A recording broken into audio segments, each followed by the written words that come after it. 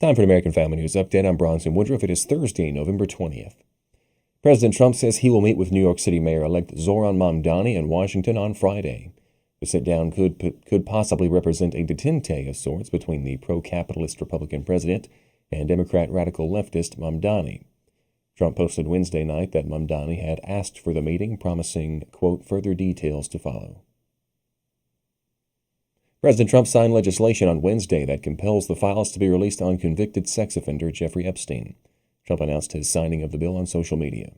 Now, the bill requires the Justice Department to release all files and communications related to Epstein, as well as any information about the investigation into his death in a federal prison in 2019, within 30 days.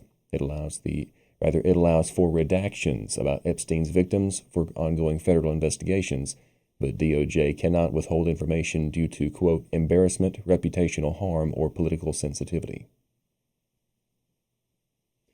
The U.S. trade deficit fell by nearly 24% in August as President Trump's sweeping global tariffs pushed imports lower.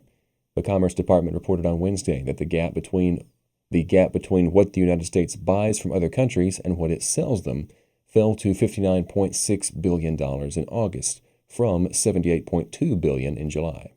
A drop in imports in the trade deficit is good for economic growth because foreign products are subtracted from the nation's gross domestic product, GDP. GDP is the output of a nation's goods and services. U.S. employers added a surprisingly solid 119,000 jobs in September, the government said.